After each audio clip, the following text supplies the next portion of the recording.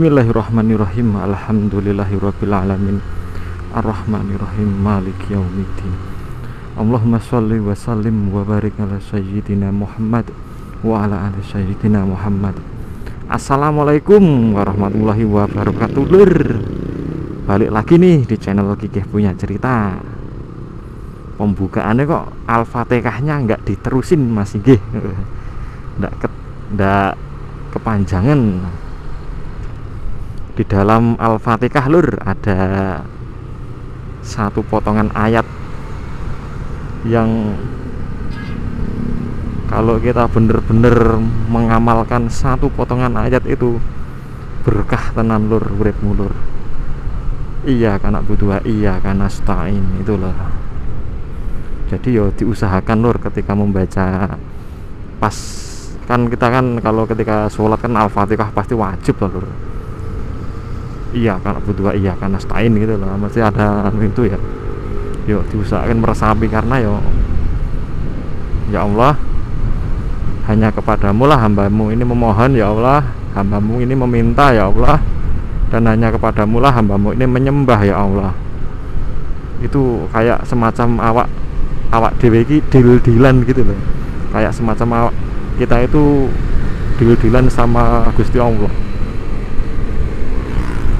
Kita bikin pengakuan kepada Allah kalau kita itu emang hambanya, kita mengakui nanti Gusti Allah akan memberikan segalanya yang kita mau lur, segalanya lur, yang bahkan yang terkadang itu nggak masuk akal sekalipun. Banyak sekali lur, aku tuh ngalamin sesuatu yang nggak masuk akal tapi nyatanya kedadian ya, nyatanya itu terjadi padaku itu loh. Semua itu ya bukan karena kehebatanku ataupun kehebatan orang lain, itu enggak loh, karena Allah itu ngizinin loh. Karena Allah itu meridhoi gitu loh. Salah satu contoh perjalananku dalam ini ya, dalam mainan YouTube ini mainan YouTube ini lur, ini bukan yang ini ya, yang tapi insya Allah di channelku ini yang channel berkah lah, insya Allah. Jadi perjalanan YouTubeku itu karirnya itu lumayan melejit lur, dengan konten yang nggak ada yang menariknya sama sekali, terus dengan peralatan yang ya ampun gur seadanya. Tapi aku percaya itu tadi lur, iya karena butuh, iya karena stain. Kalau kita meminta pada Allah, jangan mengandalkan kepada manusia, apalagi mengandalkan diri sendiri. Nggak akan bisa lur, beneran loh. Kesuksesan itu bukan diraih dengan kerja keras. Kalau ada orang yang ngomong kesuksesan itu bisa diraih dengan kerja keras, itu ahli dunia lur. Lah emang kamu itu ahli apa ya mas, kok sedikit-sedikit nggak seneng sama ahli dunia? Emang ahli dunia itu nggak boleh? Boleh lur, tapi porsinya itu loh yang nggak boleh berlebihan loh. Ya kita kan hidup di dunia, jadi kita harus ahli dunia. Tapi terkadang itu yang bikin kita blunder itu adalah kita mengartikan ahli dunia itu harus all out gitu loh. All out dalam urusan dunia itu kita harus all out itu seperti itu. Enggak loh, kerja siang malam banting tulang dengan mengklaim dirinya itu telah bekerja keras, berarti artinya tanggung jawab. Enggak seperti itu juga. Rasulullah Shallallahu Alaihi Wasallam itu lur ya, itu waktunya itu hari-harinya itu loh, itu dibagi lur, nggak melulu ibadah, nggak melulu dakwah, juga nggak melulu mencari rezeki, itu enggak. Jadi sepertiga waktu Rasulullah itu untuk beribadah kepada Allah.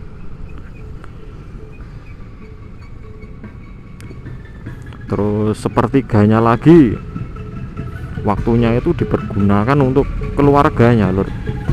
Nah sepertiganya lagi dipergunakan untuk mencari rezeki. Jadi gitu, jadi seimbang gitu loh Lur. Itu Nabi Muhammad Shallallahu Alaihi Wasallam aja kayak gitu loh. Tapi terkadang kita sendiri tuh kayak semacam anu ya, terlalu mementingkan urusan dunia ya. Seolah-olah itu dunia itu dibawa mati, selamanya kita hidup di dunia gitu loh. Enggak seperti itu loh. Yo, tapi yo juga enggak melulu juga harus mentingin kehidupan akhirat. Totalitas itu enggak. Kita kan yo sekarang ini hidup di dunia, jadi yo harus serawung ya, dengan manusia lain. Kita itu harus menjalin silaturahmi, kita itu harus menjalani hidup lah ya, yang aku tadi omong tadi. Pokoknya intinya itu porsinya itu jangan antara dunia dan akhirat itu jangan besar dunianya, harus besar yang akhiratnya.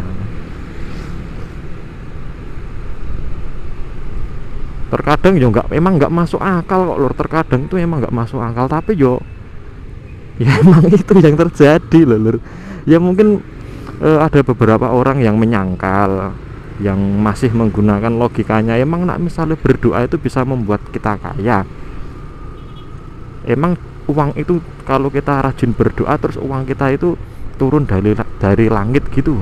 Ya enggak kan.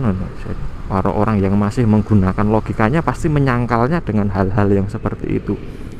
Cara kerjanya itu bukan seperti itu Lur. Cara kerjanya itu adalah dengan kita berdoa ya Lur. Dengan kita berdoa, dengan kita memohon kepada Allah, maka yang misalnya kita punya usaha dagang apa gitu, yang tadinya itu biasa-biasa aja, itu bisa jadi rame. Kalaupun kita sedang apa ya, menjadi karyawan, karirnya diperlancar yo dan lain sebagainya lah.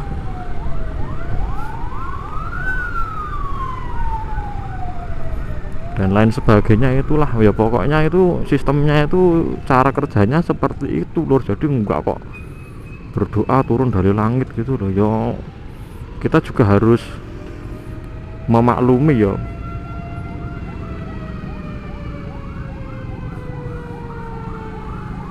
kita itu juga harus memaklumi Lur, kalau ada beberapa orang itu yang sama Gusti Allah itu emang ibaratnya di kandani nggak bisa dikasih tahu gitu loh Lur. Tapi ketika kita mendapatkan hidayah itu ya emang apa ya, kenikmatan yang luar biasa Lur. Karena ya bener loh, terkadang tuh kalau kita mendapatkan hidayah itu apa-apa enak kok Lur. Yang tadinya misalnya di dalam pekerjaan karirnya terasa sulit untuk diraih karena persaingannya ketat, kita bisa semeleh pikirannya gitu, kita bisa santai karena yo kita itu tadi mendapatkan hidayah dan kita yakin kalau rezeki itu sudah diatur. Jadi ngapain memikirkan sesuatu hal yang sudah diatur sama Gusti Allah. Akhirnya apa? Akhirnya yang tadinya karirnya itu sulit diraih ya jadi mengikutinya sendiri gitu loh. Karirnya itu jadi lancar dengan sendirinya karena seperti itu. Narik ono ambulan no damkar.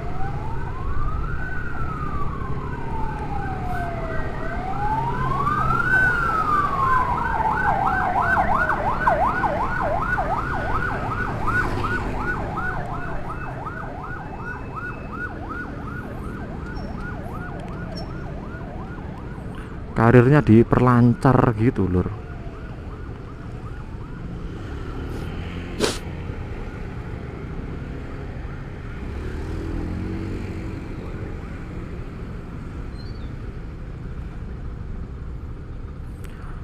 Aku lupa ya nama nama orang solehnya itu siapa. Kalau tidak salah, ini cuman kalau tidak salah lur, soalnya aku sendiri yo miskin ilmu, cuman tahu sedikit-sedikit. Kalau nggak salah itu orang soleh yang bernama Hasan Al Basri itu tuh pernah ngomong kalau misalnya kita itu dunia itu ibarat bayangan gitu loh lur. Ya, semakin kita ngejar ya nggak bakal kita bisa menggapainya gitu. Tapi kalau kita membelakanginya yo kita itu mau nggak mau itu bayangan itu mengikuti kita gitu loh. Dunia itu ibaratnya itu kayak gitu. Bayangkan ya kalau kita dianalogikan saja,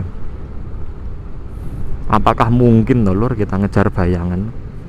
Sekeras apapun kita mengejar, sekencang apapun kita berlari mengejar bayangan itu akan selalu pergi menjauh lur.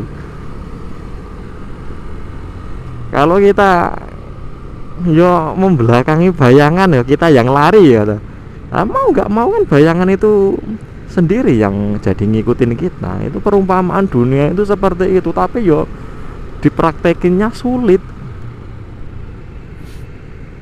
Tapi beneran itu terjadi lur. Cara kerjanya itu kok bukan berarti sama persis seperti yang diomongkan orang soleh tersebut, itu enggak. Jadi kan gini loh, kita itu menganggap dunia, kita itu misal kita diberikan kekayaan, kita punya mobil gitu. Kalau orang ya di dalam hatinya itu tidak mempunyai rasa puas, dan kodratnya manusia itu memang tidak pernah bisa merasakan puas. Punya mobil Avanza, ketika bergabung dengan teman-temannya yang notabene punya mobil di atasnya Avanza, itu pasti merasa mobil Avanza itu kurang gitu, pengen ganti, nanti naik level menjadi Innova, naik level lagi menjadi Fortuner misalnya, naik lagi jadi apa itu pokoknya yang lebih bagus lagi, itu nggak ada habisnya. Jadi di dalam dirinya itu nggak ada rasa bahagia itu loh. Dunia itu rasa besar itu loh, nggak ada puasnya itu loh. Tetapi kalau kita tidak begitu memikirkan masalah dunia itu dibikin kecil sama Gusti Allah ya lur ya. Kita punya mobil Avanza selalu puas, karena apa? Karena kita selalu bersyukur di bawah sana masih banyak orang kok yang masih menggunakan sepeda motor di siang panas gitu ya. Hujan kehujanan, panas kepanasan, sementara dia sudah menggunakan mobil Avanza, udah ada AC-nya, hujan nggak ada kehujanan gitu, merasa cukup.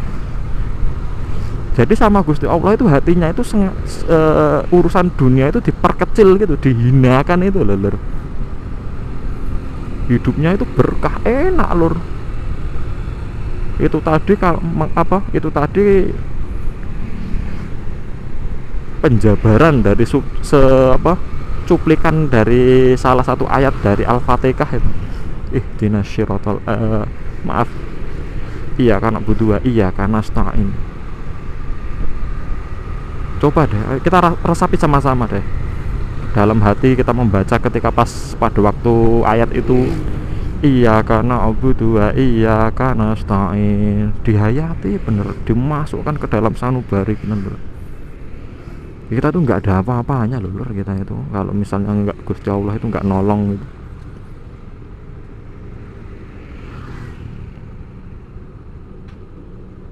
Sakit gitu aja ya, kita berobat ke dokter manapun, dokter dengan titel akademisnya yang ibaratnya menjulang gitu, belum tentu kita sembuh lur, kalau Gusti Allah belum berkenan gitu loh. Tapi kalau misalnya Gusti Allah sudah berkenan, kita itu minum teh hangat aja sudah sembuh ketika sakit. Ya terkadang kalau dimasukkan ke dalam logika itu emang sulit. Ya lagi-lagi ya, kalau misalnya kalian sendiri pernah ngalamin, beneran loh, insya Allah kalian itu percaya apa yang aku omongin.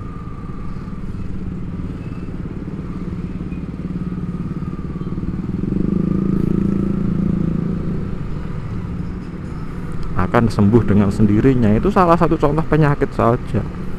Banyak sekali contoh yang lain. Yo, intinya itu kalau kita berserah diri kepada Allah dengan pasrah, dengan menyerah, dengan ya Allah, aku ini hambamu ya Allah, segala sesuatunya ini telah engkau urus ya Allah, apapun yang engkau tetapkan kepadaku, aku ridho ya Allah, baik itu ketetapan yang baik, baik itu ketetapan yang buruk, aku ridho ya Allah. Berkah hidup Lur, insya Allah berkah hidup Lur. Yuk kita pelan-pelan ya Lur ya, dari omongan ini semoga bermanfaat ya Lur ya. Kita belajar bersama-sama ya, aku sendiri juga baru proses belajar, kita belajar bareng-bareng yuk Lur, mendekatkan diri kepada Allah. Semoga hidup kita menjadi lebih berkah, lebih tenang, dan tentunya tujuan akhir kita adalah bertemu dengan Allah di surga kelak ya, surga Firdaus kelak, bertetanggaan dengan Nabi Muhammad SAW. Amin ya rabbal alamin. Dah dulu ya dari Gigih Punya Cerita, mengucapkan selamat sore dan assalamualaikum warahmatullahi wabarakatuh.